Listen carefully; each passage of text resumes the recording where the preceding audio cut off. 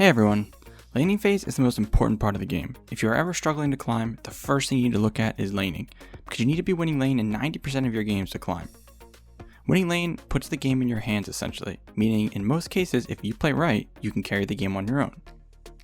A lot of players like to say things like, oh, I'll just farm when given hard matchups, but that's not enough. You need to be aiming to win lane every time.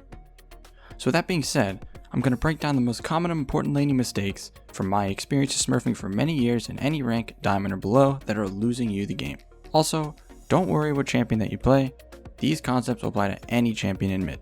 So let's get started with a gameplay here where I'm playing Corki vs Syndra in Platinum Smurf queue. Syndra plays this lane completely wrong in the first 3 levels, making a ton of extremely common mistakes that I see all the time. As laning starts, I'm constantly auto-attacking minions, because I want to have the push advantage, which will get me level 2 and 3 first, which is nice against a really strong early game champion like Syndra. As Syndra goes for a last hit, I try to hit her with my Q, then she uses her Q to grab all 3 low health minions. Alright, so she's already made a lot of mistakes. The first is that she didn't use a single Q until that point. This means she's had full mana the whole time, which is a waste of mana because of natural mana regen. You don't want to be sitting on full mana this long. The second issue here is the first Q she uses is on minions. It's not that using abilities on minions is bad, it's just that there are times when you should and times when it's trolling to do so, like here. This is actually the first on our list for really important laning phase mistakes. The only time you should be using abilities to get last hits in these early levels is when you can't walk into ranged auto them because it might be too dangerous or you're getting ganked or something like that. Mainly in these range versus range matchups. If you're thinking, what about if they try to poke me? Well, this is why you don't use your abilities on the minions. If Syndra walks up to auto a CS and I walk up to contest her with my Q, she can auto the CS and then Q me so she's trading back. If she uses Q on the CS, now she has a 4-second window, she can't walk up and auto any other low health minion without me being there to punish it. You also might be thinking, well, all 3 of those minions were low, so she had to do that. This is also wrong, because she could have easily set up those minions to not die at the same time, like I did with my minions. Alright, she also made another mistake here, but we're going to talk about that right after we see what Syndra does next. So I grab a last hit and hit Syndra with a Q as she walks up to auto a minion. Then she uses her Q on my 3 range minions. After she does that, I can already tell this lane is completely over for her. This is because the first Q she used, we could give her the benefit of the doubt. She used it to last hit all 3 minions. But then she used this next one and it's obvious she has no idea how laning works. I think that she is trying to spam her abilities on the wave and hoping that she would get a minion advantage by doing that, but laning doesn't really work that way. There are 2 issues with her game plan. The first is that any player that knows what they're doing will pressure her when her abilities are on cooldown, which is exactly what I'm going to do next. She walks up and uses Q on the minions, so I punish with autos and a Q of my own. As you can see, it just opens free trading windows, so even if she's using Q on the minions, I'm constantly auto-attacking the wave since I'm not being pressured at all, while also pushing her away from the wave occasionally when her Q is down. Also, when I go to hit her with my Q, I'm damaging some minions as well. Because of these things, I'm still going to have the push advantage. The second issue with this is, now Syndra won't be taking advantage of her extremely strong early game. Syndra has a 4-second cooldown ability that does 70 damage and costs 40 mana. Corki's Q costs 60 mana, with double the cooldown, so 8 seconds, and does 75 damage. You see the difference? Syndra should be contesting all my last hits with her Q, which would actually change everything here, and I'll talk about that in just a bit. But getting back to the gameplay, I'm going to focus on collecting last hits for a bit as I hit level 2, while Syndra still only uses Q on the wave, which is great for me. I'm still positioning to respect her Q poke though, just in case. Then I go drop a ward on top side since they have Nunu and his ganks are obnoxious as hell. But then it's back to constantly auto attacking the wave so I can keep pushing and hit level 3 first. When Syndra goes for this last hit, I hit her with a Q and she hits my minions with a Q. Then as I'm 1 minion from level 3, the enemy Nunu ganks from bot side. I see him, but need to finish off this cannon first so I can hit level 3. After I hit level 3, I go around this wall to avoid the Nunu snowball. Now it's just a 1v1 between me and Syndra since Nunu is just going to sit over the wall. But Syndra is level 2 and I'm level 3, so I just fight her 1v1. Until Nunu feels forced to flash over, so that's when I W over the wall.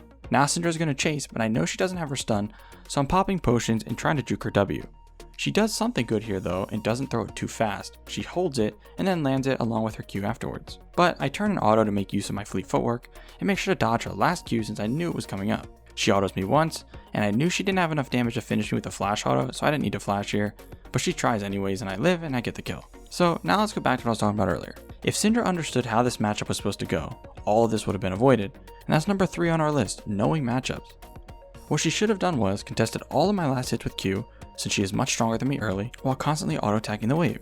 This would naturally give her level 2 and 3 first, and she would have a health advantage. But by basically conceding the lane to me because she wouldn't use any abilities on me, I got level 2 and 3 first, giving me the health and level advantage, and could survive their gank and get a kill without even having to use my flash. Anyways, she's going to TP back to lane after that, and I recall then TP back as well. As I'm catching the big wave under tower, a fight breaks out in the enemy jungle. You can't leave a wave this big to go help a fight ever. Do not do that. Syndra got a kill and blue buff from that, which is annoying, but there's nothing I can do about it. When she gets back to lane, she finally starts throwing abilities at me, hitting me with a Q here and missing her WQ. But she then starts making one of the most common mistakes in lower elo, which is using skill shots when the enemy isn't going for CS. I don't have any CS to go for here, and she just tries to hit me with Q, which is very easy to dodge and is just a waste of mana and a cooldown.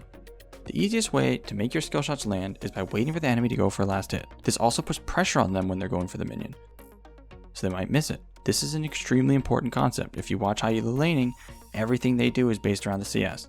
You rarely see skill shots thrown randomly like the Syndra just did. But Syndra goes back to what she was doing before, using all of her abilities on my minions, so I take advantage of this and go in for a trade, getting a decent chunk of her health. Something you have to understand here is, I'm on Corki, a very weak early game champ. If I was on something like Ori or Cassio or Lucian or even any melee champ, I could punish much harder than this. A fight breaks out in our bottom river though, so I try to poke Syndra a bit to keep her from joining the fight. This is better than just walking to the fight first, because then she could be pincering me if we were losing the fight, and then could stun me, getting me killed. So I fight her for a bit to get her cooldowns, then I start heading over. When I get there, I see a low health Talia, and I bought Sheen on my first buy, so I W over the wall and auto with the Sheen to get the kill. I have to run after that though, and get out without having to use my flash, but I did lose a lot of health. I should have killed MF here too, but I misplayed. We're going to skip ahead a little bit here now though to the next mistake on our list, and this one is not respecting big cooldowns like summoner spells or ultimates. Let's say you're playing Fizz vs Zed, and you got first blood on the Zed at level 6, but you used Ignite and ult and he didn't. You have to take that into account for the next 2 minutes, because even though you have more gold, he can still win with those advantages. In this clip here, Syndra's ult is on cooldown and so is her flash. I notice she's pretty far up in the lane throwing her Q and W, not acting too worried that her ult and flash are down. So I just jump in with my W and poke her, then sidestep expecting her to use her stun. I dodge it, so now she's in really big trouble. The only thing that can save her now is if she can proc phase rush. So I flash her next Q to make that much harder. She hits me with W, but without that last Q and another auto, she couldn't proc it, so I get the kill. This kind of thing is one of the main ways I get solo kills after level 6 in lower elo. You guys don't respect when the enemy has flash or ult advantage, but you don't get punished for it, and that's why you don't respect it.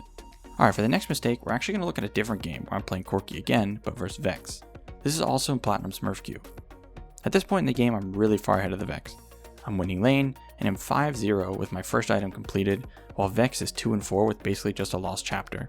I'm clear mid wave and notice that Vex roamed to top lane and killed my top laner, Mordekaiser. I go and wait for her to come back to mid, and she walks right into me as expected. She tries to use flash to escape, but I get the kill with my rocket. Her mistake was, after roaming, she didn't respect that I could kill her on the way back. But what do you think the right play was? Should she have stayed top and worked on the tower? Took the safe way back to mid through her blue buff? Or should she have just recalled?